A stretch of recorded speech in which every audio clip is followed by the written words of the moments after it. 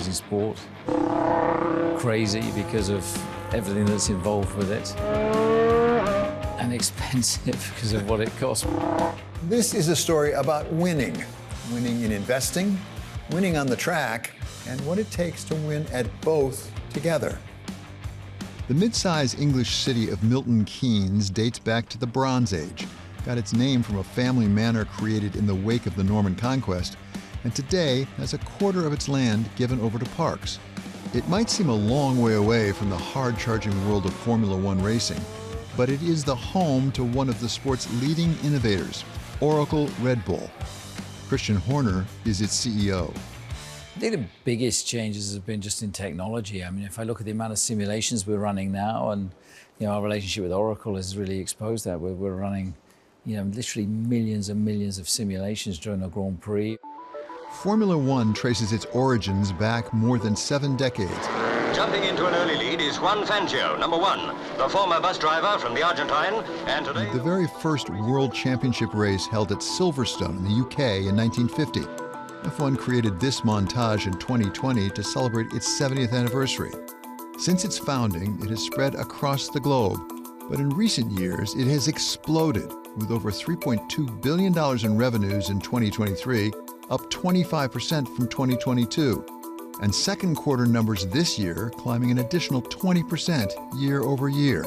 Those most directly involved in the sport give the credit to a certain Netflix hit documentary series following the sport, and to Liberty Media, which bought F1 in 2019.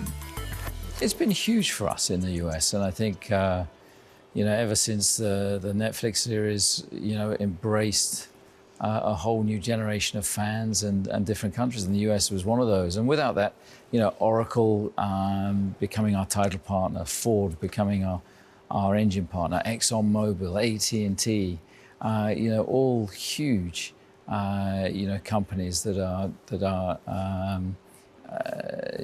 getting a great return out of Formula One. Today, an average of 1.1 million Americans watch each race, double the figure in 2018. The surge in popularity has sent shockwaves through the sport, but one team that's benefited most is McLaren, headed by Zach Brown. There's been a big shift in the United States with respect to Formula One, partly because of the series, Drive to Survive. How much has that driven revenue from your side? Have you seen a big uptake? Huge. If you look at the brands that we are associated with, the Googles, the Ciscos, the Dells, these Goldman Sachs, these companies weren't in Formula One 5 years ago. I think half of our partners come from the United States now. So I think Netflix did a wonderful thing for Formula One. And when Liberty acquired us, we went from being a very exclusive sport to now we're a very inclusive sport. We weren't very digitally savvy. Now we're very digitally savvy. All business is competitive, but maybe none so competitive as Formula One. How do you win in Formula One? Ooh, good question. And there's lots of different wins you need to win in Formula One. It's all about people. Obviously, we're in technology business. It's about never giving up. It's about incremental gains every single day and learning from your mistakes, and you're constantly making mistakes. You need to win with people, so you need to be a great employer and have a great work environment, take care of people and their families. Of course, we need to have state-of-the-art technology. We need to have great commercial partners, because they're the ones that are the big financial contributors to us being able to get the greatest technology and hire the best racing drivers. And with a Formula One team, if you don't have all of that put together, you're not going to win. And in our sport, you lose more than you win, so you better get used to that and get ready to respond for the next race. If it takes all that to win in Formula One, how do you put together the team to get it done? Gunther Steiner is the former team principal of Haas F1 and author of the book Unfiltered. He put the Haas team together for investor Gene Haas in 2014, so he knows what it takes. The first thing is you need to find an investor which is happy to invest money in a business which at the time nobody knew where it was going. You need to put together the team with the people to actually go and design a Formula One car, which by no means is easy. You need a race team. you need a commercial team, you need all the administration, and then you can go racing. And that is how we did it. If all that sounds expensive, it's because it is. F1 limits teams to spending $140 million per year. Driver salaries and the 3 highest earning staff members are exempt, but everything relating to the performance of the car is included, from parts to payroll and even the office Christmas party. It means the sport's leading innovators also have to be efficient. We have got a cost cap of around 50 to 60 million on capital investment, and then outside of that it could be from 10 million up to 100 million, depends how much you want to pay your drivers, and obviously drivers like Lewis Hamilton and Max Verstappen are paid a lot, these guys. So if you want one of the good drivers, that's a lot of money. So in total, I would say if you use everything up, it could go from around 200 million to about 350 million. How do you make decisions about where you allocate that money as opposed to not? I mean, you need to compete on that as well. 100%. You have to be smarter than the other guy in how you spend the money. Now we have a cost cap, which has been wonderful for the sport. We didn't before. So before, you could spend whatever you had, so you didn't have to make decisions. You just went. Now that we have a cost cap, we can't afford to not have every dollar or pound that we spend translate to performance that goes on the car. So our financial department, led by our CFO, Laura, is very integrated into the racing team. So we're constantly, kind of like any other business, looking at what's the best ROI. Do we want to spend $1 here or $1 here? Well, if this one's going to give us $2 back, this one's going to give us $1.50 back, we're going to spend it here. Of course, spending money is never the problem. If you're going to have even a hope of making it back, you're going to have to find a good deal of revenue to cover all these costs. There are two sources of revenue. One, what is called the prize fund in F1, which every team gets from FOM. That is part of the FOM profits, of EBITDA of the FOM. And that depends partly on where you finish the championship, the constructors championship, not the drivers championship. Now, I think to finish 10th in the championship is about a 80 million payday. To win it is double. And then, it kind of ladders in between. So it's a significant amount of revenue, which obviously goes into funding our racing team. So the difference between first, second, third, fourth, down to 10th is quite significant. Then a lot of our sponsor partner contracts will have performance-related bonuses in it. E-commerce technology company Rocked is one of those sponsors for the Oracle Red Bull team. In deciding to sponsor the F1 team, CEO Bruce Buchanan said he was looking for a unique way to strengthen his firm's branding. We've been growing at about 40% every year, and next year we'll have over $800 million in revenue. And we wanted a position in the marketplace where we wanted a partner that was going to serve us well from B2B, so who we could connect with clients at that level, at the C-level suite that we do a lot of the relationships with. How can we create connections? Because our business is about creating opportunities for different businesses to work with each other. That's how we really flourish. And then we also wanted a business that would be good for recruiting brand, good for potential investors when we get to IPO. So how can we get traction there? We wanted something that was global, so it covered the markets that we were in. And then we wanted something that was a good brand fit. And we went through all of that. There was very few things that ticked all those boxes, but F1 came up as something that was strong in all of our markets, very strong amongst the audience we want to talk to, has a billion people following around the world. As I look at one of your McLaren F1 cars, there are a lot of names on it, as in any F1 car. How much does it cost to get a name up on that car? Investments range anywhere from $5 million a year to $75 million. So it ranges quite a bit. It's not an inexpensive sport, but it's a very efficient and drives a tremendous amount of value because we're broadcasting to 200 countries. So while the numbers are quite big, the reach is second to none. It's the largest annual single sporting event in the world. Despite the money that a successful F1 team like Oracle Red Bull receives from the sport and its sponsors, it's still hard to turn a profit on the racing itself, though that's changing thanks to the cost cap and the growing popularity. McLaren reported profits of around $38 million last year, a staggering jump from a loss of around $12 million in 2022. And Brown expects the trend will continue. We're now commercially the most successful team in the history of Formula One. If you look at the amount of partners we have and the revenue, because we're having a fantastic year, so our numbers will exceed what you've recently read, which was our last year numbers. Your question about the commercial side, you know, the Googles, the Dells, the Ciscos, these are all brand new companies to Formula One. And there was 3 challenges we had before Liberty acquired Formula One. We needed a younger audience, which we now have, a more diverse audience, which we now have, and we weren't as impactful in North America. And so when you talk to these corporations, because 90% of them, North America is hugely important, we've substantially moved the needle on all those areas, and this is what a racing car looks like when you do that.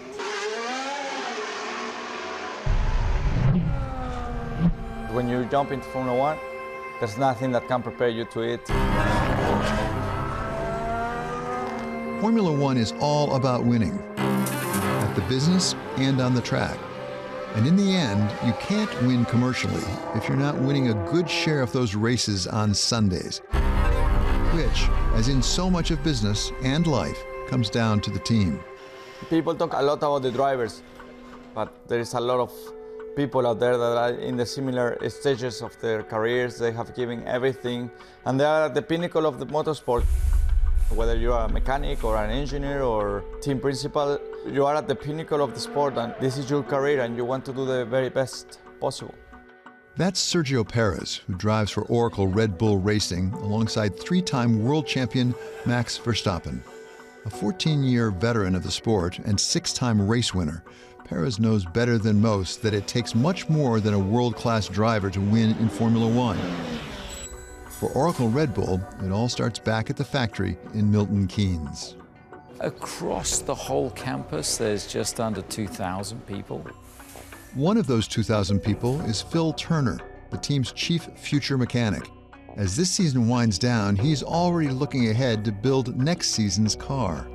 Some years we've had a complete clean sheet of paper, and the car's been designed, from scratch, year on year. But with the cost cap now, we tend to try and carry over the good bits of the previous year's cars.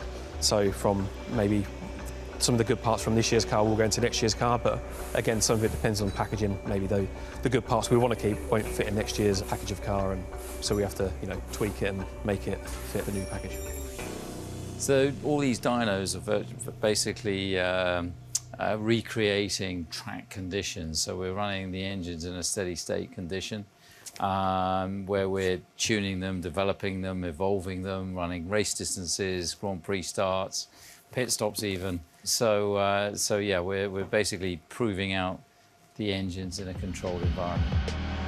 It typically takes around 12 months to build an F1 car. But given that Oracle Red Bull won a staggering 21 of 22 races last year, it was more about refining the car than building a new one. For Turner, that means taking input from the 22 different departments at Oracle Red Bull to come up with what the team feels is the best car to take to the track. There's loads of different departments that go into putting the car on track and I suppose making it go around the track as well, trackside. Electronics, composites, mechanics, technicians, hydraulics, gearbox technicians. There's the different concepts that come through, and obviously design, the DO talk to each other quite a lot and quite frequently as they're producing a new car and designing it. Aero might come up with a package and say, we want everything to fit within this shape, and then mechanical will get involved and say, it's not going to happen. They'll try, but maybe sometimes it doesn't happen. There's compromise on both sides. So this is all about front aero. We can change the flap angle on this, reduce it, increase it, depending on how much front downforce they want on the car. Depending on the circuit as well, we can have different types of flaps with different cambers. They may design something, and then we go over to the DA and have a look and say, well, we can't work on that. And then it's, maybe you go back to drawing board slightly in different tooling, or they may have to change things slightly to help us work on it. Once the car's built, it's prepped for racing. Drivers test the car before the season starts, and the team runs simulations to see how it performs in different weather conditions, different tracks, and in different race settings. This here is a race plot, which is really one of the main tools that we use in strategy to kind of see what's happening during the race. And that's where Hannah Schmitz comes in.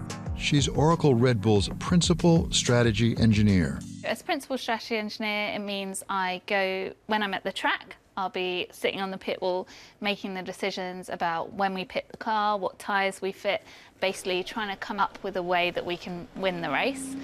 And then when I'm here in the operations room, then it's more trying to gather all the data together to give to that person on the pit wall and make sure they can make the right decisions in the race. The team runs some 8 billion simulations before a race, helping them settle on a strategy tailored to each competition, working out optimal times to take pit stops, which tires to use, and when to attack and when to defend. Before we've even got to the track, we will have run billions of simulations, looking at various things. We will already have an idea of what we think the race strategy will be, because obviously we've got to make decisions right from the first practice session. So you've got all the actual data points, so that's things like what we're expecting the pace of our competitors to be, the speeds, the tyre degradations. Has something changed at this track compared to last year? But of course, F1 is unpredictable, and sometimes even the 8 billion simulations can't prepare you for what happens on the track. And so the team is always adapting. Schmitz is stationed on the pit wall, while a team of around 50 analysts are poring over live data back at the team's NASA-like control room at Milton Keynes. Some monitor the weather, some monitor lap times, some are even tasked with trying to decode rival teams' strategies. Live in a race, we're now running simulations all the time, so every time we update a bit of data, we can see how that would impact what strategy we're going to do. And so we use the Oracle Cloud infrastructure to do that, and that means we're still running billions of simulations during the race itself, which is extremely helpful for us. And then when you're here in the operations room, it basically feels like you are at the track. That's why we don't have any windows, so that you don't know what time of day it is. And it's instant, like talking on the intercom's instant. These are wind indicators, so they're kind of showing the speed of the wind and the direction, and we'll have that at different points around the track, which we get from the weather stations at the track. Schmitz takes all that data on board and uses it to make real-time adjustments to the driver's race strategy.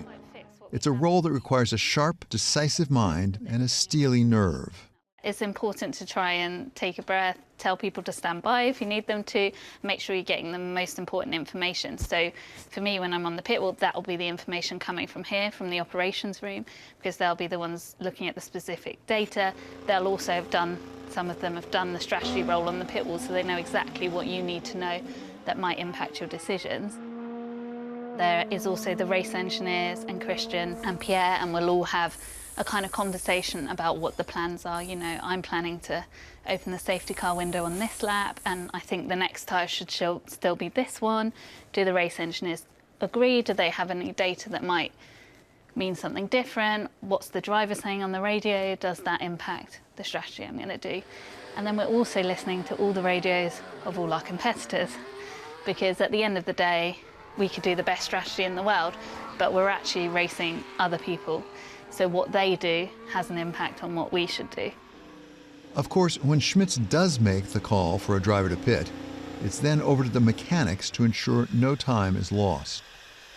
Everything looks synchronized. You can tell a fast stop because even the sound of the guns, everything is in synchronized, and the car just, the whole thing is just like in one beat. Whereas if it doesn't quite go so well, even a 2.5 second stop, you could hear it without even looking at the stopwatch.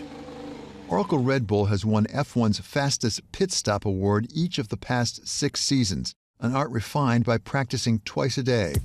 3 mechanics are stationed on each wheel. One is the gunman, responsible for loosening the old tire and tightening the new one. One removes the old tire, and another places the new tire on the car. One mechanic jacks up the car, and 2 more are on the side holding it steady. When it comes off, teams can have a car in and out just like that. For the pit crew, it's a matter of split seconds. For the driver, it's a game of inches. It's very important when you come in to stop right on your marks, because for the boys, it's less of a movement if you stop right on your marks, that if you go over or under, they have to move a little bit more. They're amazing. The amount of practice they're doing for a pit stop, because if you think about it, half a second can make the difference on winning a race, and that half a second can come from the pit stop. So yeah, they're very important. This is why it's a team sport.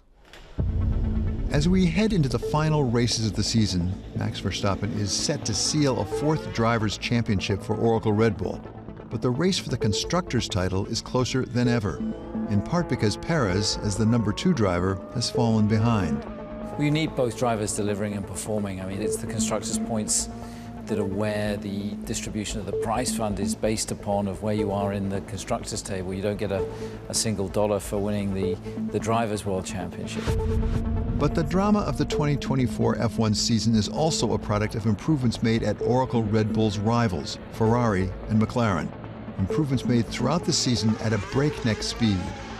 Pace of development in Formula One is awesome. So if you took the car that qualified first at the beginning of the year and you left it untouched, it would be last by the end of the year. So that's the pace of development of our entire sport. About 2% covers the best to the worst. So to make small incremental gains can have big material impact. Imagine in the airport, everybody's walking, but then there's a few people that are on the moving walkway. And so we just outdeveloped them over the course of the year to get in front of them, as has Ferrari, and it's been remarkable. Development on the car is primarily aerodynamic, so you'll see things like our side pods change over the course of the year. So we're trying to put as much downforce on the car as possible and reduce drag. That's ultimately where the performance comes in. But you do get into things, suspension changes, so you change 80% of what's allowed to be changed. But you'll see all of our wings, and it's very small changes that can make a big difference. And then a lot of the downforce is also created under the floor.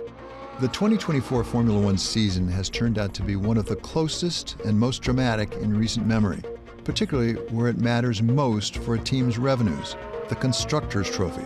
It's about winning on the track in the last few races, winning in the design and engineering, winning in the pits, and whoever wins there will stand to win a great deal financially as the value of teams continues to surge.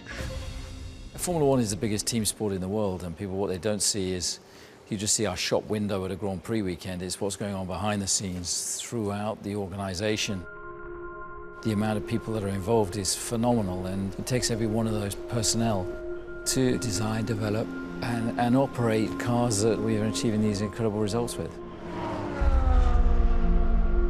I'm a racer at heart. I enjoy it most of all when the red light goes out and the race is underway and it's just you and your team and your drivers.